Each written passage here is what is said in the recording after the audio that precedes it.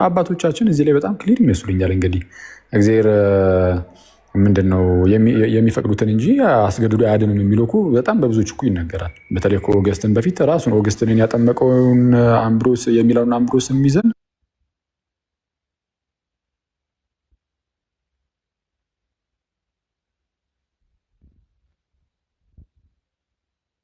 ኤሊ አርድ ክርስቲያን ዶክትሪንስ በተሰኘ መጽሐፉ ላይ ስለ ነጻ ፍቃድ ሲናገር ከሐዋርያት በኋላ የተነሱ አባቶች ሁሉ ዩናነመስሊ ይታመናል የሚለው ነጻ ፍቃድ እንዳለው ሰው ያምናሉ የሚለው ማለት ዩናነመስ ነው ራሱ እንትኑ ይሄ ስምምነቱ እዚህ ጉዳይ ላይ ማለት ነው። ማለት ሁሉም ይቀበላል ማለት ነው ዊዛውት ኤክሰፕሽን። ስለዛም ናተናጎረስን ኦሪገንም ኦን ዘ ፈርስት ፕሪንሲፕልስ መጽሐፉ ላይ ፕሪፌሱ ላይ መግቢያው ላይ ከሐዋርያት ዘመን ጀምሮ ግልጹ ነው የታመኑት ትምህርቶች ብሎ ከሚዘረዝራቸው ውስጥ አንዱ ሰው ነፃ ፈቃድ አለው የሚለውና ህይወቱን እንደ ስራው የሚወሰን ነው። እንደ ስራው ይከፈለዋል። ለዘላለም ህይወትም ለዘላለም ጥፋትም ነፃ ፈቃድ ያለው ፍጥረት ስለሆነ ሰው በዚያው መሰረት ይከፈለዋል የሚለው ከሐዋርያት ዘመን ጀምሮ ከመጡ ትምህርቶች ሁሉም ከሚቀበላቸው ትምህርቶች መካከል ነው የሚዘረዝረው። ኦሪጂን በጣም እንትን ይሄ አርጊንስ ዲ ፕሪንሲፕ መጽሐፉ ላይ ወንደ ፈርስት ፕሪንሲፕል ላይ በጣም በተለይ ይሄ በቃ የሚጠቀሱ ጥቅሶችን ሮሜ 9ን ሳይቀር ምናምን አንስቶ በጣም ሄዱበታል እና ያ በጣም ይሄ የታወቀው ነው። በጣም ግልጽ ነው። በአባቶች ላይ እንኳን የሚያስመጣቸው ነገር ያለም አይመስለኝም እውነቱን ለመናገር አይደለም። ከኦገስትን በፊት የነበሩ አባቶች እና ኦገስቲንንም ቢሆን ቀደም ባለ ትምህርቱ አይጠቅሱትም በኋላ ላይ ባስተማረው ትምህርት እንጂ። ሌላው ደግሞ በጣም ሰሞኑን እንደው ሲገርመኝ የነበረው የኢንቱዊቲቭ ፊዴ የሚሉት አለ አይደለ? እግዚአብሔር ኢሌክት የሚያደርገው ሰዎችን የሚመርጠው እምነታቸውን አይቶ ነው በፎርኖሎጂ የሚለውን የሚቃወሙበት ምክንያት እንግዲህ ከምክንያታቸው አንዱ እንደዛ ከሆነ እኮ እግዚአብሔር በራሱ ነፃ አይደለም ማለት ነው። በሰዎች አክሽን እና በሰዎች እምነት በሰዎች አክሽን ላይ የተመሰረተ ውሳኔ ነው የሚወስን ማለት ነው እና ሶቨርኒቲውን የእግዚአብሔርን ሶቨርኒቲ ኢተርናል የሆነ ውሳኔውን እና ሉዓላዊነቱን ይጋፋል የሚል አመክንዮ ያቀርባሉ በዚህ እና እንደዚህ ከሆነ በዚህ ከወሰድን ለምሳሌ እግዚአብሔር ልጁን የላከው ኢየሱስ ክርስቶስን ሰው እንዲሆን ዓለምን ተሰቅሎ እንዲያድን የላከው የሰው ልጅ ኃጢአት ስለሰራ ነው። ኃጢአት ባይሰራ ኖሮ ክርስቶስ ይሰቀል ነበር እንዴ? በመስቀል ላይ ይውል ነበር እንዴ? አይደለም። ይሄ ግን ከዘላለም የተመከረ ምክር ነው። ከዘላለም የተመከረ ምክር ሆኖ ግን በሰዎች ኃጢአት ስለሰራን የተደረገ ነው። ስለዚህ ሰዎች ኃጢአት ስለሰራን ክርስቶስ ሰው ሆኖ መከራ መቀበል መሞት ያለበት ከኛ ኃጢአት ከመስራታችን አንጻር ይሄንን አይቶ እግዚአብሔር ኢተርናሊ ልጁ ሰው እንዲሆን ከወሰነ የእኛን እምነት አይቶ ኢተርናሊ እኛን መምረጡ ምንድነው ሶቨርኒቲውን የሚጋፋው ማለት? ይሄን እንዴት ሊያስታርቁ ይችላሉ? መቼም የክርስቶስ መከራ መቀበልና መሞት ሰፈር ማድረግ ይሄ በራሱ ከኃጢአት ውጭ ቀድሞ የተወሰነ ነው። የሰው ልጆችን ኃጢአት ኮንሲደር ያደረገ አይደለም፣ በሱ መሰረት የተወሰነ ውሳኔ አይደለም ሊሉ አይችሉም ማለት። ምክንያቱም ሰፈሪንግ ኢቪል ነው በራሱ ኃጢአት ያመጣው እንጂ ኃጢአት ባይኖር ኖሮ መከራ መቀበል መሞት እነዚህ ነገሮች ለክርስቶስ ሊመጡ አይችሉም ነበረ። ኢንካርኔሽኑ ላይ አንዳንድ ጥያቄዎች አንዳንድ ቪዎች ይኖራሉ። መከራ መቀበል መሞት ምናምን ግን ከኃጢአት አንጻር የተወሰነ ነው። ይሄ ደግሞ ኢተርናል የሆነ ዲግሪ ነው፣ ዘላለማዊ የሆነ ውሳኔ ነው። እግዚአብሔር ቀድሞ ሰዎች ኃጢአት እንደምንሰራ እንደምንበድል የልጁን ሰው መሆን መከራ መቀበል መሞት እንደሚያስፈልግ ቀድሞ አይቶ የወሰነው ውሳኔ ነው። ለዚህ ውሳኔ ይሄ የእኛን ኃጢአት አይቶ እግዚአብሔር ልጁ መከራ እንዲቀበል መወሰኑ የእግዚአብሔርን ሶቨርኒቲ የሚጋፋ ካልሆነ የእኛን እምነት አይቶ እግዚአብሔር ኢተርናሊ ኤሌክት ማድረጉ እንዴት ነው የእግዚአብሔርን ሶቨርኒቲ የሚጋፋው? ማለት ኮንሲስተንትም አይሆንም እኮ ይሄ አይደል? እንደዛ ነው የሚሆነው። አዎ ይሄ አሁን ያሉት እኮ በሉተራኑ ሳይድ በነገራችን ላይ ተነስቶ እኮ ነበር። አሁን ኢንቱቲቭ ፊዴ ያሉት ነገር የነ ጆሃን ጌራርድ ትምህርት የሆነ ሳሌ እንደዛ አስነስቶት ነበር 17ኛው ክፍለ ዘመን አካባቢ የዚህ የሉትራኑ ስኮላስቲሲዝም ሲጀምር የዛ ሰዓት የነበረው ጌራርድ በጣም እንግዲህ በሉትራን ውስጥ በጣም ትልቅ ስም ያለው ሰው ነው። ከነ ሉተር ከነ ፊሊፕ ሜላንክተን ከነ ማርቲን ኬሚኒዝ ቀጥሎ በቃ ስመጥሩ እሱ ነው። በጣም የሚታወቅ ሰው ነው። በጣም ታላቅ ሰው ነው እና እሱ ከካልቪኒስቶቹ ለየት ለማለት እኮ የሉተራኑን ትምህርት ለየት ባለ አገላለጽ እኮ አስጀምሩት ነበረ። አሁን ይህንን ያሉትን እግዚአብሔር ሲመርጥ የመረጠው እግዚአብሔር ምርጫ ሰው የሚድነው በእግዚአብሔር ምርጫ ነው። ግን እግዚአብሔር ግን የመረጠው የሰውየውን እምነት አይቶ ነው። ሰውየው ማመኑን አይቶ ነው። ኢንቱቲቭ ፊዴ አሁን የሚባለው እሱ ኢንቪዮ ፌዝ ማለት ነው። ወይም ደግሞ እግዚአብሔር በክርስቶስ በኩል ስለሆነ ምርጦቹን የሚያየው በክርስቶስ በኩል ምርጦቹን የሚያየው እነዛ ምርጦቹ ደግሞ የተመረጡት ደግሞ ከክርስቶስ ጋር አንድ የሚሆኑት በእምነት በኩል ያለ እምነት ክርስቶስን ማግኘት አፕሬንድ ማድረግ አይቻልም በማለት ስለዛ ክርስቶስን በማየት እና ደግሞ በእምነት ደግሞ ክርስቶስን እንደሚይዙት ምናምን በማየት ይህ በላቲኑ ኢንቱቱ ክሪስቲ ፐርፊደም አፕሬንደንዲ ምናምን ብለው የሚገልጹት ማለት ነው። ጆሃን ጌራርድ እንደዛ ብሎ ይገልጿል። ይህ ቴዎሎጂካል ኮመን ፕሌስ የተሰኘ በጣም ትልቅ መጽሐፍ አለው። 10ኛው ክፍል ላይ ኮመን ፕሌስ 10ኛው ክፍል ላይ ስለ ኢተርናል ኢሌክሽን እና ስለ ሪፕሮቤሽን የጻፈበት መጽሐፍ አለ። ስለሚመረጡትና ስለ ምርጫና ስለሚተዉት ማለት ነው። ግን የጌራርድ ግን ለየት የሚያደርገው ልክ እንደ ካልቪኒስቶቹ በሁለቱም ሳይድ ነው የሚያየው። ቅድመ ውሳኔ ነጠላ አይደለም፣ ድርብ አድርጎ ደብል ፕሪዴስቲኔሽን አድርጎ ነው የሚያስቀምጠው። ግን ከካልቪኒስቶቹ በጣም የለየው እንዴት ነው እሱ እግዚአብሔር ሲመርጥ ግን በማየት ነው። አስቀድሞ የሚመረጡት እግዚአብሔር አስቀድሞ እንደሚያምኑ በማየቱ የሚጠፉትም እንደማያምኑ ባለማመናቸው እንደሚጸኑ በማየት ብሎ እንደዚህ በሁለት በኩል ያስቀምጧል። ግን እና ይህ ነገር በሉተራኑ ዘንድ ሰምሃው ተቀባይነት ነበረው እስከሆነ ጊዜ እስከ 19ኛው ክፍለ ዘመን ምናምን በተለይ ያናል ብዙ አከራካሪ አልነበረም። አሁን እዚህ 19ኛው ክፍለ ዘመን ላይ ነው እነ ዋልተር ምናምን ተነስተው በተለይ ዋልተር እዚህ ጉዳይ ላይ በጣም ሄደበት። ሴፍ ደብሊው ዋልተር የተባለ አንድ ሉተር ስኮላር አለ በዚህ በአሜሪካን ሀገር የአሜሪካው ሉተር እየተባለ የሚጠራ 19ኛው ክፍለ ዘመን አካባቢ ላይ የተነሳ ሰው ነው እና እሱ የጌርሃርድን ኢንቱቲቭ ፊዴ እሱን ነቅፎ ይሄማ ሞነርጂስቲክ አይደለም፣ በቃ ምንም እግዚአብሔር የሰውን የሆነ ነገር አይቶ ከሆነ እንደዚህ የወሰነው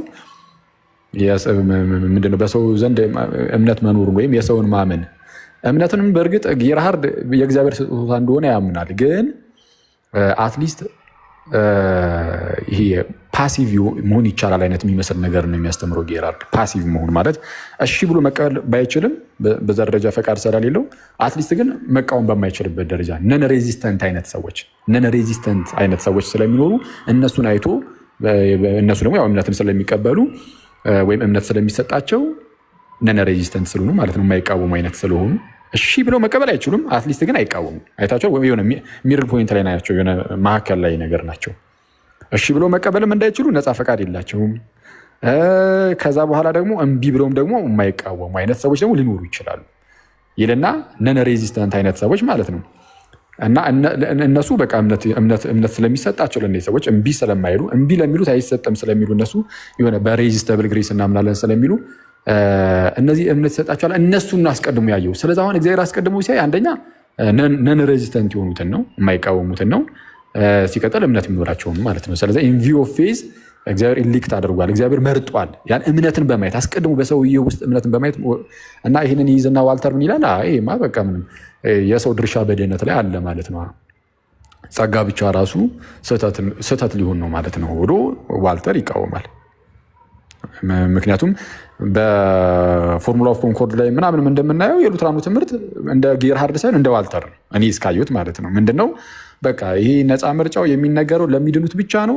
እርሱም ደግሞ ፍሮም ፒውር ግሬስ ምንም የሰው ፈቃድ ምናምን ሳይታይ በቃ እግዚአብሔር ይመርጣል። ከዛ ምርጫው ነው ለእምነቱ ምክንያት የሚሆነው ለእምነቱ ሰውየው የሚያምነው ካመነም ስለተመረጠ ነው እንጂ ስለሚያምን አይደለም የተመረጠው። ስለዚህ እሱን ወደኋላ መለስኩት በማለት ይሄ የሚዙሪ ሲኖድ አሁን የሉትረን ቸርች ሚዙሪ ሲኖድ ኤልሲኤምኤስ እዚህ አሜሪካን ሀገር ያለው ምናምን አሁን የእሱ መስራች ነው ዋልተር። በኋላ የነ ፍራንስ ፒፐር ምናምን በደንብ አስፋፍተውት በቃ አሁን ላይ እንግዲህ ኮንፌሽናል የሚባሉት በጣም ኮንዘርቫቲቭ የሚባሉት ሉትራኖች ይህንን የሚቀበሉት ማለት አይ እግዚአብሔር አንዳንዶቹን ለድህነት መርጧል፣ ሌሎቹን ግን ለምን አልመረጠም። ያልመረጣቸው አሉ፣ ግን ለምን አልመረጣቸውም ተብሎ ሲጠየቁ አናቅም ነው የሚሉት። አለቀ። ክሮክስ ቴዎሎጎረም ብሎ ያስቀምጠዋል እንትና ፍራንስ ፒፐርም ከዚህ ከዋልተር ቀጥሎ የመጣው ሰው ማለት ነው። በቃ ይሄ አናውቀውም፣ እንደዛ ብለን ማስረዳት አንችልም። እግዚአብሔር አንዳንዶቹን ሲመርጥ ሌሎቹን ለምን ተው የሚለውን አናቅም፣ ግን የስ አንዳንዶቹን እንዲሁ ዝም ብሎ መርጧል። አንዳንዶቹን ይሄ እነዚህ ደግሞ ከካልቪኒስቶቹ ጋር የሚለዩት እግዚአብሔር በምን መልኩ መረጠ የሚለው ላይ ሳይሆን በሁለቱም በኩል ነው ወይ ማለት ምርጫው የሚጠፉትንም የሚድኑትንም ነው ወይ የሚለው ላይ ይሆናል ማለት ነው። ግን እርስዎ እንዳሉት አሁን መምህር እግዚአብሔር እንደምንጠፋ አይቶ ይህንን የመድኃኒት የሚያዘጋጅ ከሆነ ዘንኛ እንደምናምን አይቶ ደግሞ አስቀድሞ መወሰኑ ወይም ደግሞ አስቀድሞ መመረጡ ምንም የእግዚአብሔርን ሶቨርኒቲ የሚጋፋ አይደለም። እንደውም እነሱ ሶቨርኒቲ ሲሉ የእግዚአብሔርን እውነተኛ ዳኛነት፣ የእግዚአብሔርን ፍትሐ እግዚአብሔርን፣ የእግዚአብሔርን መውደዱን፣ ፍቅሩን፣ ርኅራኄውን ሁሉ ይሽሩታል። እሱን ሁሉ አጠፋፍተውት አንዲቷን ብቻ ነጥሎ የሚያዝ ነገር ነው የሚታይባቸው እና እነሱ እንደውም የእግዚአብሔርን አትሪቢዩቶች ራሱ አቢዩዝ ያደርጋሉ እና ያ ጥሩ ነገር ነበር። የማይሆን ፓራሜትር አውጥተው የእግዚአብሔር ሶቨርኒቲ ለመጠበቅ ሁልጊዜ ዲሲሽኑ ከኛ አንጻር ከኛን ከማየት መሆን የለበትም የሚል አይነት ፓራሜትር ካወጡ የክርስቶስን ስጋዊ ሰው መሆን መከራ መቀበል ምናምን ራሱ የማይሆን እንትን ውስጥ ያስገቡታል። ማለት እኛን አይቶ ነው ወይስ አይ ነው ታዲያ ክርስቶስ ሰው ለመሆን መከራ ለመቀበል የወሰነው ወደሚል ይወስዳል። ኮንሲስተንት ያልሆነ ነገር ይፈጥራል ነው። ኦኬ፣ በጣም ጥሩ ነው። እኔም የሆነ ሚዙሪ ሲኖድን ተቃውሞ የጻፉ ስኮላሮች እያየው ነበር የነሱ ማለት ነው። አይ ቲንክ እዚህ አውሮፓ ያሉት መሰለኝ አይደል ትንሽ እዛ ላይ ተቃውሞ ያላቸው አሉ እና የነ ፍራንስ ፓይፐር እነዚህን መጽሐፍት ተቃውመው እንደውም ምንድን ነው የሚሉት እነሱ የሉተራን ይህ አይነት አስተምህሮ ኤሌክሽንን በጣም ለጥጦ በጣም ኢሴንሻል የሆነውን ጀስቲፊኬሽን ባይ ፌዝን አንደርማይን የሚያደርግ ነው። ጀስቲፊኬሽን ባይ ፌዝ አለውን የሚለው አስተምሮ እንግዲህ ሉተር አርቲክል ባይ ዊች ዘ ቸርች ስታንድስ ኦር ፎልስ ነው አይደል የሚለው። ቤተክርስቲያን ልትወድቅም ልትነሳበትም የምችለው እምነት መለኪያ የሚለው በእምነት ብቻ መጽደቅ የሚለው ትምህርት ነው። ይሄ ኢተርናል ኢሌክሽን እና የፕሪዴስቲኔሽን የነሱ አስተምሮ ግን እምነትን ራሱ የሆነ ትራንዚተሪ ነገር አድርጎ የሚችል ነው፣ ሚኒማይዝ የሚያደርግ ነው። ምክንያቱም ኦልሬዲ ኤሌክትድ ሆኖ ሰው እምነት ይሰጠዋል፣ ከዚያ ይጸድቃል ከተባለ እምነት መሸጋገሪያ ነገር ነው የሆነው እንጂ ዋናው ጉዳይ መመረጣቸው ነው። ስለዚህ በጣም ኢሴንሻል የሆነው የሪፎርሜሽን አርቲክልን ጀስቲፊኬሽን ባይ ፌዝ አሎን የሚለውን አርቲክል ራሱ አንደርማይን የሚያደርግ ነው። በቅዱሳት መጽሐፍት ለእምነት የተሰጠውን ቦታ ራሱ አንደርማይን የሚያደርግ ነው። ሁሉም ቦታ ላይ እምነት በጣም ግዙፍ ቦታ ተሰጥቶት ይሄ የኢተርናል ኢሌክሽን አሁን እነሱ የሚሉት አይነት የፕሬዲስቲኔሽን እሳቤ ግን እምነትን ኦልሬዲ ከኢሌክሽን በኋላ የሚመጣ የማስፈጸሚያ ነገር ነው የሚያደርገው። ትራንዚተሪ የሆነ ነገር ነው የሚያደርገው። ከእግዚአብሔር ቀድሞ የወሰናቸውን ሰዎች የሚያድንበት የሆነ መንገድ አድርጎ እንጂ ብታምኑ ትድናላችሁ፣ እመኑና አዳኑ፣ ልትድን ትወዳለህ ወይ? በእምነት የሆነ የእግዚአብሔር ጽድቅ ተገልጧል። ሐዋርያት፣ ነቢያት፣ ጌታ ራሱ በወንጌል ደጋግሞ አግዝፎ ያስተማረውን የእምነት ትምህርት አንደርማይን የሚያደርግ ትምህርት ነው። ይሄ ደግሞ ችግሩ በጣም ዲቫይን የሆነውን የኢሌክሽን እሳቤ ወደ ሰዎች አምጥቶ ለእኛ ቅርብ የሆነውን ደግሞ በእምነት የመጽደቅ በእምነት በኩል የመመረት ትምህርት ደግሞ አርቆ ቦታውን አዛብቶ የማስቀመጥ ጉዳይ ነው ብለው የራሳቸው ስኮላሮች የተቹበት አንድ ጥሩ መጽሐፍ እያየው ነበረ እኔም ማለት ነው ሰሞኑን። አዎ ምን ይሄ ዋልተር ኢን ፕሪደስቲኔሽን ኮንትሮቨርሲ የሚለው መጽሐፍ ነው። ኤረር ኦፍ ሞደርን ሚዙሪ የሚል እሱ መጽሐፍን በጣም ጥሩ ነው እና እንደዚህ የፍራንሲስ ባይበርን ቡክ መጽሐፍ ትችዝ ነው እሱ ጋር የተጻፈ። በጣም አሪፍ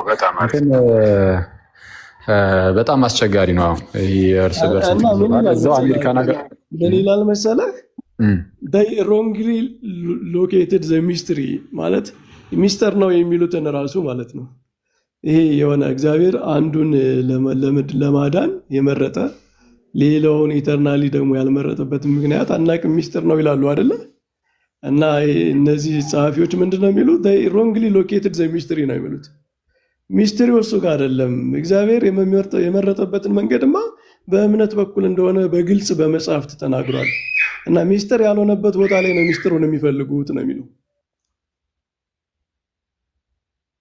ዋው! በተለይ እነዚህ እንትና ዋልተርም እንደዛው ነው። ፍራንስ ፔፐርም ክሮክስ ቴዎሎጎረም ይላል። ፓራዶክስ ነው በቃ ይሄ የሚፈታ አይደለም። ወደፊት እናውቃለን። ምስጢር ነው፣ አይነገርም። እግዚአብሔር አንዳንዶቹን ለምን መረጠ፣ ለምን አንዳንዶቹን አልመረጠ የሚለው ጥሩ ነው። እንደዚህ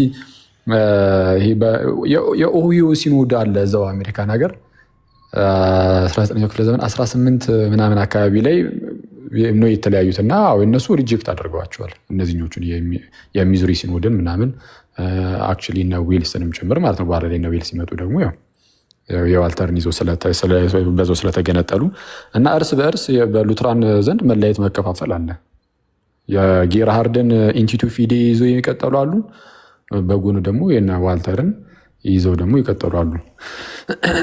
ግን ያው እንትን ያለ ነው፣ እርስ በርስ በጣም የተጣረሰ ነው እውነቱን ለመናገር። አሁን የእምነትንም ደግሞ ተሄዱ ደግሞ እነዛ ራሳቸው ቢጠይቁ የጌርሃርድን የያዙት ራሱ ደግሞ እምነት ስጦታ ነው ይላሉ። ያው ፓሲቭ ይሆናል ሰውየው ይላሉ እንጂ እምነት ፒውርሊ በቃ የራሱ የእግዚአብሔር ስጦታ ነው። ምንም ሰውየው እሺ ስጡኝ ብሎ በፈቃድ ደረጃ አይተባበርም። ፓሲቭ ነው የሚሆነው፣ የፈቃድ ትብብር አይኖረውም ይላሉ።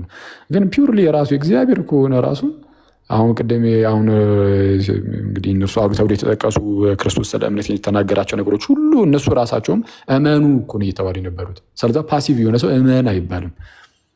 በቃ እኔ ላሳምንህ ብቻ ነው ሊባል የሚችለው። ብቻ አንተ አትቃወም እንጂ ላሳምንህ ነበር የሚባለው እና የእነሱንም ምንድን ያንን የፓሲቭነስ ስቴቱን ይቃወማል እና ዌዝ ሉትራን ደርዝ ዲቪዥን ይላል አንድ ሰው። ኦፍኮርስ ዲቪዥን አለ በሉትራን መካከል የቴዎሎጂም የልምምድም ነው። በነገራችን ላይ ልዩነት ያለው የቴዎሎጂ ለምሳሌ እንደነዚህ አይነቶቹ ይሄ ለምሳሌ ቅድመ ውሳኔ ላይ ኢንቲቱ ፊዴን የሚቀበል እምነትን በማየት ነው አስቀድሞ የተወሰነ የሚለውን የሚቀበልና የማይቀበሉ አሉ። በእምነት ደረጃ ከቴዎሎጂ አንጻር በልምምድ ደረጃ ደግሞ ሊብራል የሆኑ አሉ። ማለት የሆነ በጣም ቀለል አድርገው ለክሪቲሲዝምም ሆነ ለምን ብቻ በደንብ ያናል ኮንፌሽናል ያልሆኑ ኮንዘርቫቲቭ ያልሆኑ ቡክ ኦፍ ኮንኮርድን በዛ ደረጃ በጣም እንትን የማይሉ ግን ስቲል ሉትራን የሆኑ ማለት ሉትራንን ብለው ክሌም የሚያደርጉ የምርም ሉትራን የሚሆኑ ግን እንዳልኳችሁ ለእምነት መግለጫዎቻቸው በዛ ደረጃ በጣም ያላጠነከሩ እኛ መጽሐፍ ቅዱስ ብቻ ነው የምንለው ከመጽሐፍ ቅዱስ ጋር እስከተስማማ ነው የምንቀበለው በሚለው የኮንፌሽኖቻቸውን የእምነት መግለጫዎቻቸውን ትንሽ ቀዝቀዝ ያሉ፣ ስለዛ ከተለያዩ የፕሮቴስታንት ክፍሎች ጋር ህብረት የሚያደርጉ ናቸው እነዚህኞቹ ቀዝቀዝ ያሉት ማለት ነው። ይህን ነው ቅድም የጠቀስኩት መጽሐፍ ሌንደር ኬሰር የሚባል ሉትራን ነው። ኤሌክሽን ኤንድ ኮንቨርዥን ፍራንክ ዲስከሽን ኦፍ ዶክተር ፍራንስ ፓይፐርስ ቡክ ነው የሚለው እና በአብዛኛው እነዚህ የኤሌክሽን እሳቢዎች ከእምነት አንጻር በተለይ የሚለው ላይ ፓይፐርን በጣም የሚተች ነው ማለት ነው። እነዚህ ጌራርዲያንስ ናቸው ማለት ነው። ጌራርዲያኖች ወይም የጌራርድን እምነት የሚቀበሉ አሁን ፍራንስ ፔፐርን በጣም ይቃወማሉ። ግን አሁን ላይ እንጃ እንግዲህ አሁን እነዚህ አሁን ኮንፌሽን አለን ምናምን የሚሉት ወደዛ መልሰነዋል ብሎ ስለሚያስቡ ምነው ዋልተር ወደ ቀደሙ ሉትራኒዝም እስቲ እንግዲህ ያ እንትን እስኪ የመጨረሻ ጉዳይ እናድርገውና ይሄ የፕሪሚነንት ግሬስ ጉዳይ ማለት ሰው ለማመን የእግዚአብሔር ጸጋ የእግዚአብሔር እርዳታ ያስፈልገዋል የሚለው ለምንድን ነው ለነሱ በጣም ከባድ የሚሆነው? የእግዚአብሔር እርዳታ እስከ ኮንቨርዥን ድረስ ካልሄደ እርዳታ አይደለም ነው። ግሬስ አሁን ደጋግመን የምንናገረው ነገር አለ። ኢየሱስ ክርስቶስ ራሱ ሂዝ ግሬስ እኮ አይደል? የእሱ መምጣት የእሱ ሰው መሆን በመስቀል ላይ ተሰቅሎ ሞቶ ማዳን ያ የምስራቹ ራሱ ግሬስ ነው።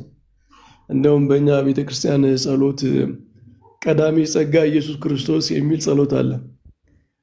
ራሱ ክርስቶስን ነው ቀዳሚ ጸጋ የሚለው። የእሱ ምጽአቱ፣ ስራው፣ ምናምን ድርጊቱ ጸጋ ነው። ምክንያቱም እሱን ነው የምንቀበለው፣ የምናምነው፣ የምንቀበለው እሱን ስለሆነ ማለት ነው።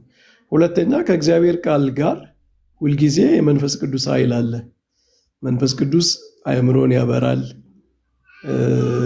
ምንድነው የክርስቶስን ነገር ዝም ብሎ በናቹራል እውቀት ብቻ ሰዎች ሊቀበሉት የሚችሉም ስላልሆነ ኤክስትራኦርዲነሪ የሆነ የእግዚአብሔር ስራ ስለሆነ እንድንረዳው ያደርጋል። የመንፈስ ቅዱስ አብርሆት አለ። ይሄ ሁሉ ነገር ካለ ግዴታ ግሬስ ለመባል እነሱ እንደሚሉት እስከ ኮንቨርዥን ድረስ እስከ ዳግም ልደት ድረስ ሂዶ አንቅቶ ምናምን የሚሉትን ለምንድን ነው የሚፈልጉት? ማለት ይሄ በጥንት ቤተክርስቲያን አባቶች የተስማሙበት የሚረዳ ጸጋ የሚለው ለምንድን ነው አልበቃቸው ያለ?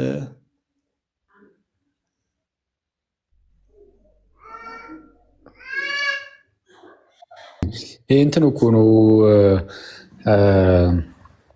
ቀለል አድርጎ እንደው በእግዚአብሔር እርዳታ ምናምን ብለው ለማለፍ በጣም ይከብዳቸዋል።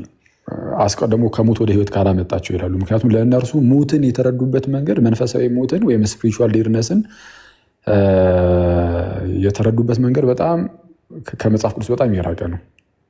ለእነሱ በቃ ይሄ መንፈሳዊ ሞት ሲባል ልክ እንደ በድን እንደመሆን ልክ እንደ አልዓዛር አይነት አሟሟት። ከዛ በኋላ አልዓዛር ለክርስቶስ ምላሽ ለመስጠት አንድ ከሞተ በኋላ መጀመሪያ ክርስቶስ ከሞት ማስነሳት ነበረበት ብሎ ስለሚያስቡ አሁንም ለመንፈሳዊ ነገር ምላሽ ለመስጠት መጀመሪያ ከሞት ወደ ህይወት መምጣት አለብን ይላሉ። እንደዚህ እንዲሉ ያደረጋቸው ሞቱ ላይ ያላቸው ስህተት ነው። ማለት ሞት እንደዛ አይደለም በመጽሐፍ ቅዱስ። በኃጢአት መሞት ማለት ከኃጢአት በቀር ምንም መንፈሳዊ ነገር ማድረግ አንችልም፣ ወይም ደግሞ የሆነ መልካም ነገር ምንም ጭራሽ ሊታየን ምናምን አይችልም ማለት አይደለም። ለምሳሌ ይህንን ለመረዳት በኃጢአት መሞት እንግዲህ ሞት የምትሏን ቃል ነው ይዘው እንደዛ የሚሉት መጽሐፍ ቅዱሳችን። ለምሳሌ ከዚህ አንጻር ሁለት አይነት ሞትን ያስቀምጣል፣ በኃጢአት መሞትና ለኃጢአት መሞት ብለው። ሁለቱ ተቃራኒ ናቸው በነገራችን ላይ በእና ማለት ነው። በኃጢአት መሞት ሲባል በኃጢአት መሞት በኃጢአት ምክንያት መሞት እንደማለት ነው ባጭሩ። ሞት የኃጢአት ደሞዝ ስለሆነ በበደላችሁና በኃጢአታችሁ ሙታን ነበራችሁ እንደተባለው ልክ እንደዛ ማለት ነው በኃጢአት መሞት። ስለዚህም የሞት ባሪያ መሆን ማለት ነው። ይህ በቃ ባጭሩ በኃጢአት መሞት የኃጢአት ባሪያ መሆን፣ ኃጢአት ይገዛናል። ስለዛ ሰው መልካም ነገር ላይ አይችልም ማለት አይደለም። መልካም ነገር ላይ ይችላል፣ መልካም ነገር ሊያስብ ይችላል፣ መልካም ነገር ሊመርጥ ይችላል። ግን መልሶ ግን የሚገዛው ያ ኃጢአት እየተጫጫነ ይጥለዋል። ስለዛ ዝንባሌው ወደ ኃጢአት ይሆናል ነው። በቃ ይሄ እንደዚህ አይነት ድክመት ውስጥ ገብተናል። ስለዛ ደካሞች ነበርን። ልክ ሮሜ ምዕራፍ 5 ላይ ገና ደካሞች ሳለን ብሎ እንደተናገረ ማለት ነው። ደካሞች ሳለን ብሎ እንደተናገረው እንደዚህ አይነት ድክመት ውስጥ ወድቀናል። ሞት የሚባለው ይሄ ነው። በኃጢአት መሞት እንደዚህ ነው። ለኃጢአት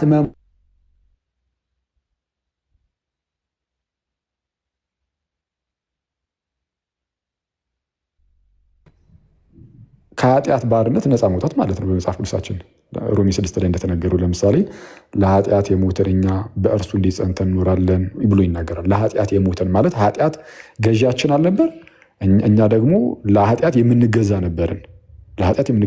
አንድ ባሪያ ተመልከቱ፣ አንድ ባሪያ ለምሳሌ ለጌታው ይገዛል። ለጌታው የሚገዛው እስከ መቼ ነው? በህይወት እስካለ ነው። ቢሞትስ ያ ባሪያ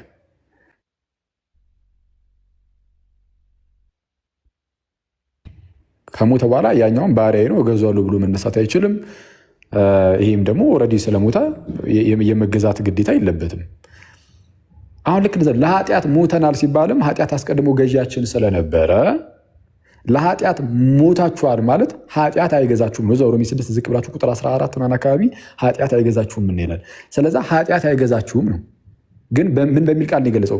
ሞታችኋል። አይተሃል? ሞት የሚለው ቃል እንዴት መጽሐፍ ቅዱስ እንደሚመጣ እንድትረዱት ነው። አሁን ለኃጢአት ሞታችኋል ስለተባለ ለኃጢአት የሞትነን ስለተባለ ኃጢአት ግን የማድረግ ምንም ካፓሲቲው የለም ነው። ኃጢአት የማድረግ ምንም አቅሙ የለንም ነው። ጭራሽ ፈቃዱ የለንም ነው። ኃጢአት የማድረግ አለን ስቲል እኮ ፈቃዱ አለ፣ ግን ሞተናል ተብሏል። ለኃጢአት ሞታችኋል ተብሎ አይሰለጥንብህም ለማለት ነው። ኃጢአት በኃጢአት ሞታል ሲባልም ኃጢአት ይሰለጥንብሃል፣ ግን ጭራሹኑ መልካም ነገር የማድረግ ግን አቅም የለህም ማለት ግን አይደለም። ልክ እንደዛ ነው። ሞትን ስንረዳው በዚህ መልኩ መረዳት አለብን። ልክ እንደ ጠፋው ልጅ ምሳሌ ነው። እንግዲህ የጠፋው ልጅ ከአባቱ ዘንድ ይጠፋና ሲመለስ አባትየው ይህ ልጄ ሞቶ ነበረና ተገኘ፣ ሕያው ሆኗል። ይቅርታ ሞቶ ነበር ሕያው ሆኗል፣ ጠፍቶ ነበረ ተገኝቷል አለ። የጠፋው ልጅ ማለት ከአባት መራቅ ነው። በእኛ ዘንድ መሞት ማለት ከእግዚአብሔር መራቅ ወይም መለየት ማለት ነው። እግዚአብሔር በባህሪው ሕይወት ስለሆነ ሕይወት ከሆነ ከዚህ ከእግዚአብሔር መለየት ሞት ነው። ከዛ አንጻር ማለት ነው መራቅ ከሱ። እግዚአብሔር ብርሃን ስለሆነ ከዚህ ከብርሃን በመራቃችን ጨለማ ውስጥ ገብተናል ብለን እንድንናገር አደረግን። የምርም ገብተናልም ከሱ ርቀናልና። እግዚአብሔር በባህሪው ቅዱስ ስለሆነ ከዚህ ከቅዱሱ ከእግዚአብሔር መለየት ከንጽህናና ከቅድስና ተጓርዶ ለኃጢአት ማዘንበልን ያስከትላል። ስለዚ ያጣ ነው ይህንን ቅዱሱን መንፈስ እንጂ ናቹራል ዊልን ወይም ፈቃዳችንን በፍጹም አይደለም ነው። እና ያ የጠፋው ልጅ ይህ ልጅ ልክ ሲመለስ ወደ አባቱ ይህ ልጅ ሞቶ ነበርና ሕያው ሆኗል፣ ጠፍቶ ነበረ ተገኝቷል ተባለ። ሕያው የሆነው መቼ ነው? ወደ አባቴ ይመለሳል ብሎ ሲመጣ ነው። ስለዚ በዛ በሞት ውስጥ ሆኖም ሰው ምን ሊያስብ ይችላል? ወደ አባቴ ይመለሳለሁ ሊል ይችላል። ስለዚ አሁን እኛ ከአባታችን ርቀን ከእግዚአብሔር ርቀን በነበርንበት ሰዓት ሞት ውስጥ ነን፣ ግን ወደ አባቴ ይመለሳለሁ የሚል ሀሳብ ግን ወደ ውስጣችን ሊመጣ ይችላል። ግን መረሳት የሌለበት የትኛውም መልካም ነገርን ስናደርገኛ በእግዚአብሔር እርዳታ ብለን ግን እንናገራለን። ነፃ ፈቃዳችን የሳለ ነፃ ፈቃዳችንን ስንጠቀም ለመልካም ነገር በእግዚአብሔር እርዳታ እንላለን። እንደነሱ ዳግም ካልወለደን በስተቀር እንደዚህ ማድረግ አንችልም አንልም። ስለዛ ዳግም ልደት የሚመጣው ከእምነት በኋላ ነው። የመንፈስ መቀበልም ቢሆን የሚመጣው ከእምነት በኋላ የሚያምኑ ናቸው መንፈስን የሚቀበሉት። ልክ ጌታ ኢየሱስ በዮሐንስ ወንጌል ምዕራፍ 7 ላይ በዛ በዳስ በዓል ላይ በታላቅ ድምፅ አሰምቶ ተናገረ፣ ጮሁ ተናገረ። የተጠማ ቢኖር ወደ እኔ ይምጣ ብሎ ማለት ነው። የሕይወትንም ውሃ ወንዝ በእኔ የሚያምን መጽሐፍ እንደሚለው ይላል። መጽሐፍ እንደሚለው በእኔ የሚያምን የሕይወት ውሃ ወንዝ ከሆዱ ይፈልቃል አለ። የተጠማ ማንም ቢኖር ወደ እኔ ይምጣ ነው ያለው። ስለዛ ምንን የተጠማ እዛው ጋር የሕይወት ውሃ ወንዝ ብሏል። እሱን ደግሞ ከታች ዝቅ ብሎ ዮሐንስ ሲተረጉምልን በእርሱ የሚያምኑ ይቀበሉ ዘንድ ስላላቸው ስለ መንፈስ ተናገረ ብሏል። ስለዚ አሁን የተጠማ ቢኖር ወደ እኔ ይምጣ የሕይወት ውሃ ወንዝ ከሆዱ ይፈልቃል። ስለዚ መንፈሴን እሰጠዋለሁ ነው። ወደ እኔ ምን የሚለውን የሚመጣው ነው። አሁን ተመልከቱ ጋይዝ፣ እነዚህ ፕሮቴስታንቶቹ የሚሉን ምንድን ነው? አስቀድሞ እግዚአብሔር መንፈሱን ይልካል፣ ሰውየውን ይሰራውና ከዛ በኋላ ነው መንቃትና ማመን ምናምን የሚችለው ነው የሚሉት። ጌታ ኢየሱስ ግን የተናገረው መንፈሴን እንድሰጣችሁ ኑ ነው ያለው። የተጠማ ቢኖር ይምጣ። በተጠማበት ሁኔታ ውስጥ ሆኖ ራሱ መምጣት የሚችል ነው። ስለዚህ መጽሐፍ እንደሚለው ወደ ክርስቶስ የምንመጣው ደግሞ በማመን ነውና እዛው ጋር ምን ይላል? መጽሐፍ እንደሚል በእኔ የሚያምን የሕይወት ውሃ ወንዝ ከሆዱ ይፈልቃል አለ። ስለዛ ለሚያምኑ ነው የሚሰጠው። ስለዛ እዛው ጋር ምን አሉኝ መምሬ? ትክክል። መሻት መፈለግ ነው የተጠማ ብሎ ስለሚናገር እና እዛው ጋር ራሱ ይህ ግን በእርሱ የሚያምኑ ይቀበሉት ዘንድ ስላላቸው ስለ መንፈስ ተናገር ይላል።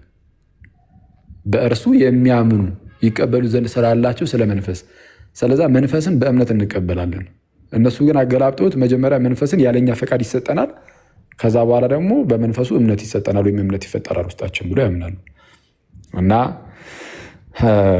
ያ እንደዛ ነው። ይህ እኮ ኮንሲስተንትማ አይሆንም። ሰው በመልካም ነገር መፈለግ እግዚአብሔርን መፈለግ አይችልም። ከዛ ተቃራኒ ነው ሁልጊዜ የሚቆመው ከተባለ እውቀቱም እኮ በቃ አጌንስት ጋድ መሆን አለበት ማለት ነው አይደል? ማለት እንግዲህ ቶታል ዲፕራቪቲ አንዱ እኮ ሁሉም የሰው ማንነት ተጎድቷል፣ ዲፕሬቭድ ሆኗል ከሆነ ስለ እግዚአብሔርም ምንም እውቀት የለንም፣ መልካም እውቀት ሊኖረን አይችልም የሚል ይወስዳል። እምነትና እውቀት የሆነ ኢንተርሴክት የሚያደርጉበት ነገር አለ። ግን በትክክል ሪያሊቲ ግን የሰው ልጅ ስለ እግዚአብሔር አያውቅም፣ አይፈልግም ነበር። ስለ እግዚአብሔር እንኳን እኛ የግሪክ ፈላስፎች እንኳን ስለ እግዚአብሔር ይመራመሩ አልነበረ? ያወቀውን ነገር ሰው ደግሞ አለመፈለግስ ይችላል ማለት ዘ ሃይስት ጉድ በጣም ከፍ ያለውን እውነት የሚፈልግ የሰው ልጅ ያንን እውቀት ያለመፈለግ ነው እንዴ ሲያውቅ የነበረው?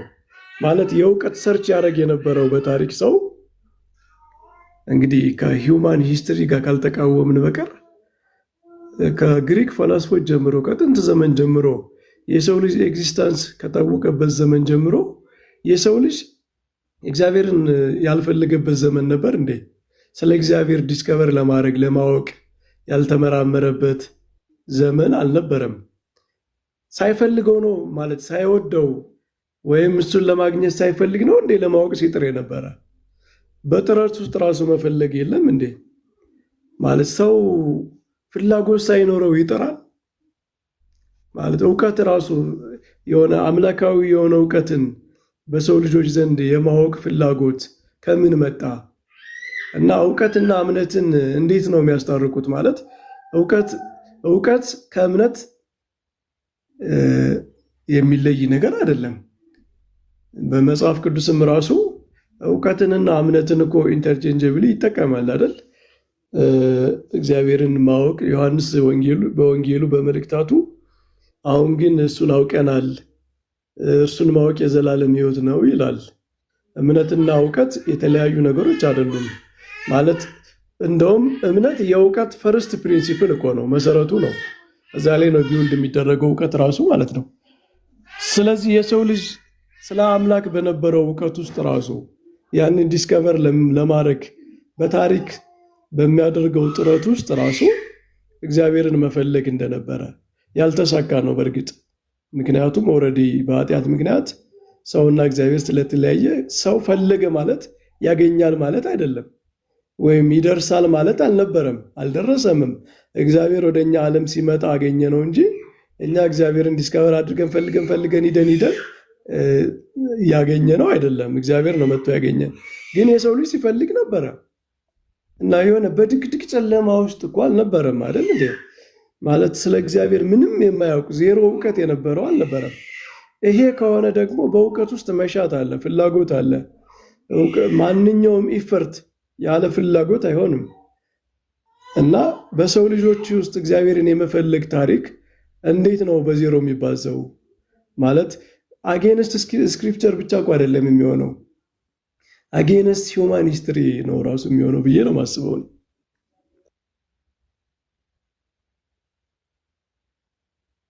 እዚህ ላይ ማለት ነው መምህር አንድ ጥያቄ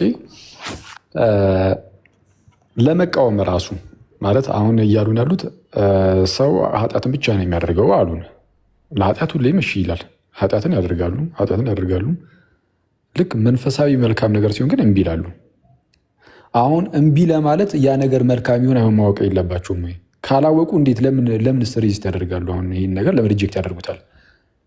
እንዴ እምቢ ለማለት ራሱ መልካም ነገሩ ለይቶ ማወቅ አይጠይቅም ወይ? ያ መልካም ነገሩን ካወቁ ደግሞ እንዴት አይፈልጉትም? ኦኬ ወደዛ እንትኑ ወደሩ ወደዛ ደግሞ ይወስዳል። እና ሂውማን ኤክስፔሪየንስ በሰው ልጅ ደግሞ እኮ በጣም ብዙ ሰልፍለስ የሆኑ ሰዎች አሉ በታሪክ አይደል? ሰዎችን የሚወዱ መስዋዕትነት የከፈሉ ራሳቸውን ሳክሪፋይ ያደረጉ በሂውማን ኔቸር ውስጥ ስቲል ማለት ኮምፕሊትሊ የእግዚአብሔር አርአያና መልክ አልጠፋም። ኮምፕሊት የሆነ ዲቫስቴሽን አልነበረም። ምክንያቱም የሰው ልጅ ውስጥ መልካም ነገሮች ነበሩ። ሳክሪፋይስ ነበረ፣ መልካም የሚያደርጉ ሰዎች ነበሩ በታሪክም ማለት ነው። አሁንም ቢሆን ሪጀነሬትድ አይደሉም ብለው ከሚያስቧቸው ሰዎች ውስጥ መልካምነት ሙሉ በሙሉ ተንጠፍጥፎ ጠፍቷል ብለው ነው የሚያምኑት። ለምሳሌ ሙስሊሞችም ሌሎችም ብናያቸው ከነሱ ጋር ምንም መልካምነት የለም ብለው ነው የሚያስቡት። የእግዚአብሔር አርአያና መልክ በቃ ጨርሶ ጠፍቷል ብለው ነው እንደሚያስቡት። ካልሆነ ትንሽ መልካምነት እንኳን አለ ብለው ካሰቡ ያ መልካምነት ከእግዚአብሔር ጋር እንዴት አያገናኝም? እግዚአብሔርን እንዴት አያስፈልግም? ማለት በሰው ልጅ ሌቭል ላይ ብቻ የሆነ መልካምነት እንዴት ይኖራል? ከእግዚአብሔር ጋር ሲሆን ጠላትነት፣ ከሰዎች ጋር ሲሆን መልካምነት እንዴት ነው ኮንትራዲክት አያደርግም? ማለት ሎወር ሌቭል መልካምነት ካለ ማለት በሰዎች ደረጃ ሳክሪፋይስ የማድረግ አንዱ ለአንዱ መልካም የማድረግ በተፈጥሯችን እንኳ እናት ለልጅ አባት በተፈጥሯዊ የሆነ ሳክሪፋይስ አለ በሰው ህይወት ውስጥ ማለት ነው። ይሄ መልካምነት ወደ ትልቁ አያይም አይመለከትም ብሎ ማሰብ ከምን የሚመጣ ነው? ወይም ኮምፕሊትሊ ሂውማን ኔቸር ዲቫስቴትድ ነው ብለው ካላመኑ በቀር መልካምነት በሰው ውስጥ የለም ብለው ይሄ ሁሉ ፌክ ነው ብለው በቃ አሁን በሰው ልጆች ውስጥ የሚታየው መልካምነት ራሱ በእውቀትም በፈቃድም በምንም ያለው መልካምነት ኮምፕሊትሊ የሌለ ነው፣ ፋንታሲ ነው፣ ፌክ የሆነ ነው፣ ኤግዚስት የሚያደርግ ነገር አይደለም ብለው ካላሰቡ በቀር ትንሽም ነገር ትንሽም ቢሆን በሰው ልጆች ውስጥ በሰው ልጅ ኔቸር ውስጥ ኔቸር ጨርሶ ኮላፕስ ስለማያደርግ የእግዚአብሔር ፍጥረት የእግዚአብሔርን ተፈጥሮ አንዱ ማድረግ ነው አይደለ? ኔቸር ሙሉ በሙሉ ከጠፋ እግዚአብሔር የፈጠረው ፍጥረት ጠፋ ማለት ነው። ሪቨርስ ተደረገ ማለት ነው። እንደዚያ ካልሆነ በቀር ይህንን ካላመኑ በቀር ኔቸር እስካለ ድረስ ስቲል መልካምነት ሙሉ በሙሉ ሊጠፋ አይችልም። መልካምነት ሙሉ በሙሉ ካልጠፋ ደግሞ ያ እግዚአብሔርን መፈለግ ተለይቶ ሊጠፋ አይችልም። ማለት እግዚአብሔር ምንድነው ሂውማን ኔቸርን እንትን ሲያደርግ ምንድነው ዲፕሬቭ ሲያደርግ ከሱ ጋር የሚያገናኘውን ነገር እየመዘዘ አጥፍቶታል፣ ሌላውን ትቶታል ብለው ደግሞ የሴሌክቲቭ የሆነ አይነት እንትን ዲፕራቪቲ ካላስተማሩ በቀር ሂውማን ኔቸር ስቲል የቀረለት መልካም ነገር አለ ብለው ካመኑ ከእግዚአብሔር ጋር ሲሆን ሊጠፋ የሚችልበት ምክንያት ምንድን ነው? ይሄ ራሱ ኮንትራዲክሽን ይመስለኛል። በጣም ብዙ ነገር ነው። እውነቱን ለመናገር በጣም ብዙ የሚጣረሱ ነገሮችን ያስቀመጡት። በተለይ ሲቪክ ራይቸስነስ ብለው ህዝባዊ ጽድቅን ያደርጋል፣ ዞር ብሎ ወደ እግዚአብሔር ሲሆን ደግሞ እምቢ ይላል ምናምን። አሁን በጣም የሚያስገርም እንትንም ከታች እንደውም ስምሪም እየጠየቀች ነበር። አጋጣሚ እንኳን አሁን ልወጣ ነው መሰለኝ። ምንድነው ለምሳሌ በብሉይ ኪዳን የነበሩ አባቶችስ ስለ እምነታቸው የተመሰከረላቸው እና እነሱን ያው እንግዲህ ካልቪኒስቶቹ በግልጽ እነሱም ሪጀነሬት ሆነው ነው ብለው በግልጽ ይናገራሉ። እነ ጆን መካርተር እና ሪስፑል ምናምን ይህን ነገር ያስቀምጣሉ። በቃ ያው ከኮቨናንት አንጻር አድርገው ያዩትና በተመሳይ መንገድ ነው ሰው ሊድን የሚችለው። ስለዚህም እምነት ተሰጥቷቸዋል፣ ያስፈልግ ነበር። ግን እምነቱ ልዩነቱ እኛ በክርስቶስ እናምናለን፣ ግን ያመንነው አሁን ይኸው ተሰቅሏል ምናምን ከዛ በኋላ መተን ነው። ያኔ የተሰቀለውን ኢየሱስን ብለን እንናገራለን፣ በእርሱ እናምናለን ብለን እንናገራለን። እነዛኛዎቹ በብሉይ ኪዳን የነበሩ ደግሞ አዘ ፕሮሚስ ይመጣ ዘንድ ባለው በክርስቶስ አምነዋል እና ጽድቅ ሆኖ ተቆጥሮላቸዋል እምነታቸው። እንደዛ ለማድረግ ደግሞ ሪጀነሬት አድርጓቸዋል፣ እግዚአብሔር ዳግም ወልዷቸዋል ምናምን ይላሉ። ህይወትን ሰጥቷቸዋል ማለት ነው። እኔ በጣም በቃ ሰው አንድ ጊዜ የሆነ የስህተት ገመድ ከያዛችሁ በኋላ ያቺ የስህተት መንገድ ስትመዘዝ የራሳችሁን ትምህርት ከአቤል ጀምረው ድነው ነበር ማለት ነው። አዎ ዳግም ልደትን ራሱ አግኝተዋል። እንዴ ዳግም ልደት ያለ ክርስቶስ በስጋ ሳይወለድ እንዴት ነው እኛ ከእግዚአብሔር የምንወለደው? እኔ የለም እንደዚህ በቃ የክርስትናን ትምህርት ፍርስ አዳም ኦልሬዲ ሪጀነሬትድ የሆነ ልጅ ነበረው ማለት ነው። አስቸጋሪ ነው። እና አንዴት ስህተት ውስጥ ስለገቡ ለሚመጣባቸው ጥያቄ ሲመለሱ ስህተት ሲሆንባቸው ሲሉ በስህተት ላይ ስህተት እየተደራረበባቸው ይላል። ከአድሚኒስትሮቹ እዚህ ላይ በቃ እንደዚህ ነው። አክቹዋሊ ሉተራኖቹም እንደዛ የሚመስል ነገር ነው የሚናገሩት። ያው እነሱ ከቃሉ ጋር ምናምን የሚሉት ነገር ስላለ በቃሉ በኩል ይሄ እንዲህ አይነት መንፈሳዊነት ተሰጥቷቸዋል አይነት የሚመስል ነገርን ይናገራሉ። እና በስህተት ላይ ስህተት ነው የሚደረጉት እነሱ። መጽሐፋችን ግን የሚናገረው ሰው ከሞት ወደ ሕይወት የሚመጣው በክርስቶስ ሲሆን ግን ክርስቶስ ሞቶ በመነሳቱ ምክንያት ነው። ከክርስቶስ ጋር ሕይወትን ሰጣችሁ እያለ የሚናገሩ ለምሳሌ ኤፌሶን ምዕራፍ 2 ላይ በኃጢአታችሁና በበደላችሁ ሙታን በነበራችሁበት ጊዜ አሁን ግን ከክርስቶስ ጋር ሕይወትን ሰጣችሁ ይላል። በምህረቱ ባለጠጋ ስለሆነ ማለት ነው። ከክርስቶስ ጋር ሕይወትን ሰጣችሁ ይልና በጸጋ ድናችኋል ይላል። ከክርስቶስ ጋር ሕይወትን ሰጣችሁ የሚለው ልክ ቆላሲስ ምዕራፍ 2 ቁጥር 11 12 ላይም እንደሚናገረው ማለት ነው። በጥምቀት እንደዚህ ከእርሱ ጋር ተቀብራችሁ ምናምን ከእርሱ ጋር ደግሞ አስነሳችሁ ይላል። ከማን ጋር? ከክርስቶስ ጋር። መነሳት፣ ሕይወትን ማግኘት ምናምን የሚባሉ ነገሮች ሁሉ የመጡት ጌታ ኢየሱስ መጥቶ ሞቶ ከተነሳ በኋላ ከዛ ይህንንም ደግሞ በመንፈሱ አማካኝነት ስለሆነ የምናገኘው መንፈስ ቅዱስ ከወረደ በኋላ እንጂ ይሄ ጌታችን ኢየሱስ መጥቶ የምርም ሳይሞት ሞትን ድል አድርጎ ሳይነሳ ያለ ሪዘርሬክሽን ያለ ትንሣኤ እኛ ራሳችን ተነሳን ከሞት ማለት ለምን ታዲያ ክርስቶስ ለምን መጥቶ ይሰቀላል? አይቀርም እንደ ዛ ያው ማለት እኔ አስቸጋሪ ነው ትምህርታቸው። ኤንዌይስ መምሪ እግዚአብሔር ያክብርልን፣ ቃሎት ያሰማልን፣ ደግሞ አይጥፉብን። አጋጣሚ አንዲት ስራ ኖረኝ ያው እርሱን ስላየሆነ ዝም ብዬ ገባሁት። አይ ጥሩ ውይይት ነበር። እኔም በአጋጣሚ ነው የገባሁት። ጸሎት ከፍቶ አይቼው አላውቅምና እስኪ ቤት ለምቦሳን ብለው ብዬ ነው የገባሁት። ጸሎት እንግዲህ ጸሎት መልካም ጊዜ። አመሰግናለሁ። በርታ በርታ። የተወሰኑ ጥያቄዎች ግን ነበሩኝ። ሌላ ጊዜ ወይ ትመጣለህ ብዬ አስባለሁ። በዚህ ጉዳይ ላይ እዚሁ ርዕስ ከሆነ በቃ አንድ ቀን እኔና መምህር እንግባና እየጠየቅን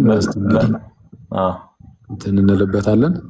ሌሎቻችሁን አንዷ ዝም ብላ ማብራሪያ ናት ወይ ሌላም ጊዜ ቤት ስትገባ ካብራራኸው ልሰማ እችላለሁ። ጥያቄውን ስማውና ወይ ትወርዳለህ። የመጀመሪያው እኛ የምናብራራበትን እንድናውቀው ፈልጋለሁኝ። አሁን እኛ ምንድነው የጎሰቆለ ባህሪ አግኝቶናል፣ ባህሪያችን ጎስቁሏል ነው የምንለው። ታዲያ የክርስቶስ አሁን እኛ ያለ ጸጋው ደግሞ ምንም አላደረግንም እንላለን እና የእኛን ፈቃድ ከጎሰቆለው ውስጥ ከተን አይደለም የምንናገረው። አኪያችን ጎስቁሏል ሊትራሊ ነፃ ነው አንልም። ፈቃዳችን ነፃ ነው ግን ተጎድቷል። ይህ ዊክነስ የተጎዳ ነው ምናምን የተጎዳ። ታዲያ በምን መልኩ ነው ክርስቶስ እኛን ይህንን ፈቃዳችንን በምን መልኩ ነው የሚያግዘው የሚለውን ስፔሲፊካሊ የፈቃድን እገዛ እንዴት አድርገን ነው መግለጽ የምንችለው የምትለው እቺ ብትመለስልኝ ደስ ይለኛልና። ሁለተኛዋ ደግሞ ለኃጢአት አሁን ሉትራኑ ስሰማ ምን ይላሉ? ለኃጢአት ነው ነፃ ፈቃድ ያለው እንጂ ለምንድን ነው ለመልካም ነገር ነፃ ፈቃድ የለውም ይላሉና ነፃ ፈቃድ ለኃጢአት ካለው ኃጢአትን አለማድረግ ራሱ ያ መልካም ነገር አይደለም? ይሄ ራሱ እኔ አሁን ኮንትራዲክት ያደርግብኛል። ምን ማለት ነው ለኃጢአት ነው ነፃ ፈቃድ ያለው የሚባለው? ሁለት የተቃረኑ ነገሮች ሲኖሩ ነው አይደለ ነፃ ፈቃድ የምንጠቀመው? እና ለኃጢአት ነው ብሎ ራሱ ያንስ ማለት ሴንስ ይሰጣል የሚል ጥያቄ አለኝና ይችኛዋን ግን ከኛ አኳያ ቢመለስልኝ መምህርን ቢሄዱባት ደስ ይለኛል። አኪ መምህር እስቲ ይሄዱበት። ጥያቄ እንትን ነው አይደል? ፈቃዳችን ተጎድቷል እና ለማመን የእግዚአብሔር እገዛ ያስፈልገናል ብለን እናምናለን። ለማመን ብቻ አይደለም፣ ይሄማ የድህነት ትልቅ ጉዳይ እኮ ነው። ለማመን ምናምን ብቻ ሳይሆን ለየትኛውም ለምናደርጋቸው የትኛውም መልካም ነገሮቻችን ሁሉ የእግዚአብሔር እርዳታ የእግዚአብሔር እገዛ ያስፈልገናል ብለን እናምናለን። ስለዛ በምን መልኩ አንድ ህመምተኛ ለምሳሌ መድኃኒት አምጥተህ ስትሰጠው መቀበል ይችላል፣ ግን ደገፍ ልታደርገው ትችላለህ። አይተዋል፣ ፈቅዶ ነው የሚቀበለው፣ ግን ደገፍ ልታደርገው ትችላለህ። እግዚአብሔር እንደዚህ አይነት የድጋፍ ስራን ለእኛ ይሰራል። ይህ ማለት ለምሳሌ ቃሉ ሲነገር እንድናምን ፈቃደኞች ከሆንን ልባችንን በመክፈት ወደ ውስጣችን ይስ እንዲገባ ምናምን፣ ይህ ለሁሉም ሰው ነው። ስለዛ እንደዚህ አይነት እገዛ፣ ድጋፍ፣ እርዳታ ምናምን ያደርግልናል። ስለዛም ከእግዚአብሔር እርዳታ ውጭ ሆነን እኔ ሳምን አንዳች ነገር ጌታ አልረዳኝም፣ እኔ ያለ ጌታ እርዳታ ነው ማምነው ምናምን የሚል እንደዚህ አይነት መኩራራት ውስጥ የሚገባ አንድም ሰው የለም። ይሄ የትዕቢት ቃልም ጭምር ነው እና ልክ እንደዛ ነው። እግዚአብሔር ደግፉን፣ አግዙን።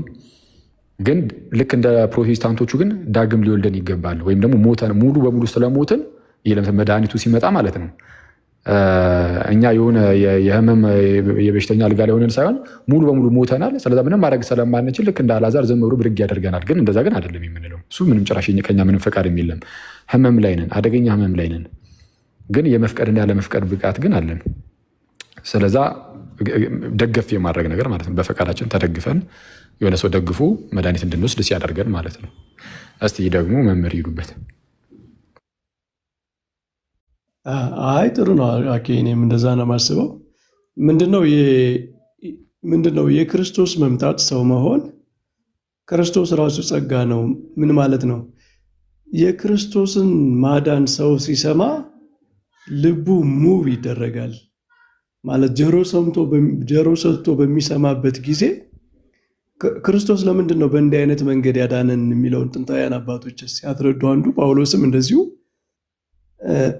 አሁን እኔ ለራሴ አይደለም የምኖረው ይላል አይደል ቅዱስ ጳውሎስ፣ ስለ እኔ ራሱን ቤዛ አድርጎ ለሰጠው ስለ እኔ ለሞተው ለወደደኝ ለሱ ነው የምኖረው ይላል። እና ክርስቶስ ዓለምን ያዳነበት መንገዱ ራሱ ፍቅርን ከልብ የሚቀሰቅስ ነው። ዩሲ አሁን አንዱ ፈቃዳችን የሚያግዝበት መንገድ የክርስቶስን ፍቅር እንድንረዳ በማድረግ ነው። ስለዚህ ይሄ ዲሰርን እንድናረገው የተደረገውን ነገር እንድንረዳው ያደርገናል ማለት ነው። መንፈስ ቅዱስ ያንን ያግዘናል። የእውቀት ኢንላይትመንት አለ ማለት ነው። ፈቃድና እውቀትን መለያየት አይቻልም። ባይዘው ሰው የሚያውቀውን ይወደዋል፣ የወደደውን ያውቀዋል። ሁሉ ኢንተራክሽን አላቸው።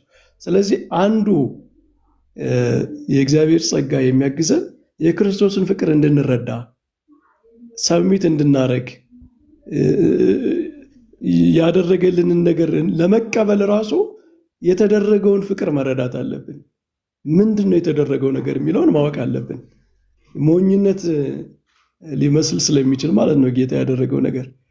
ስለዚህ ያንን እንድንረዳ በማድረግ መንፈስ ቅዱስ ያግዘናል፣ ይረዳናል። ልብ መክፈት ማለት እሱ ነው። ልብ ነገራችን ላይ ከፈቃድ ጋር ብቻ አይደለም የሚገናኘው።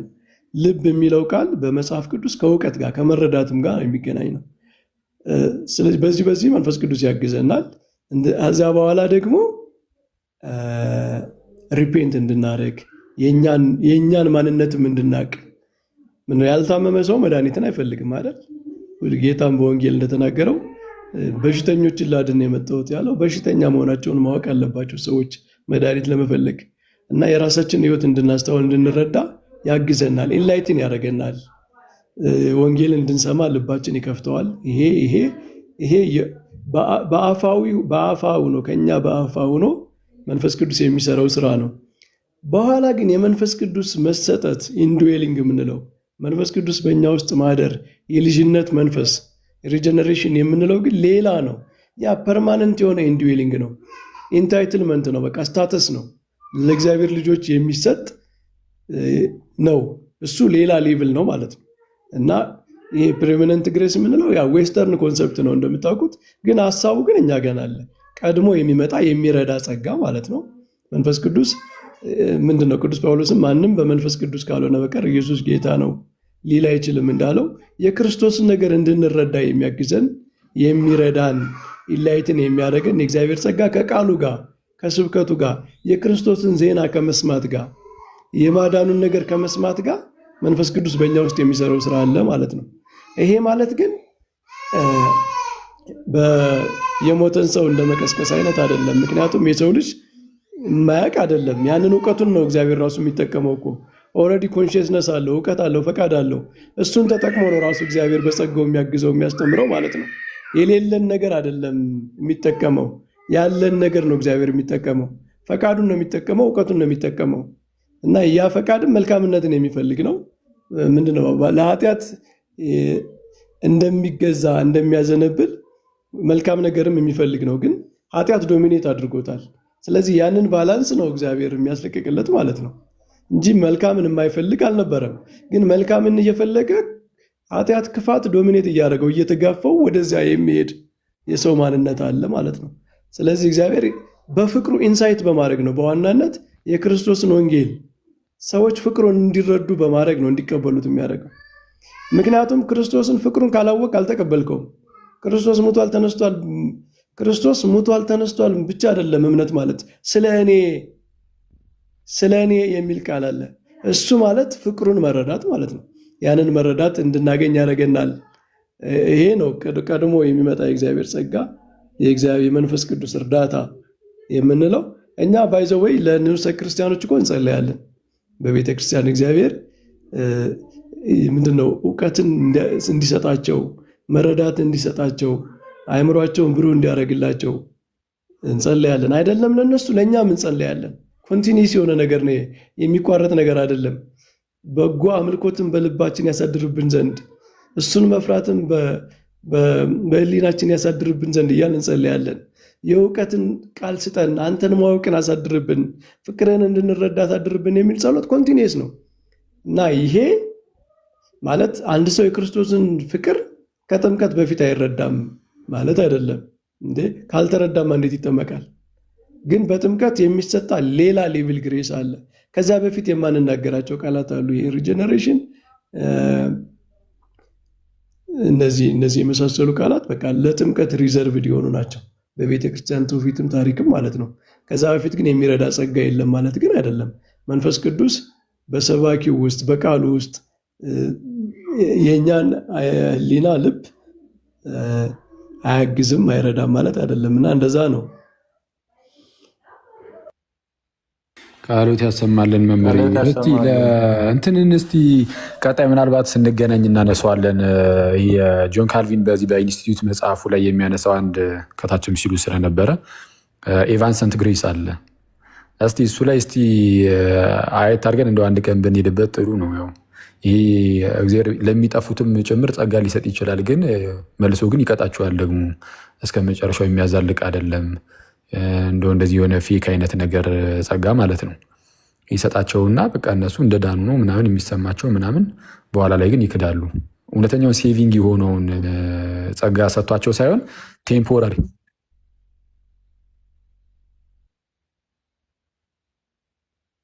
ሊሆኑ ይችላሉ። ትክክል። የሰውን በጣም ጥርጣሬ ውስጥ የሚከት ጭራሽ የጥርጣሬውን መጠን ከፍ ያደርገዋል።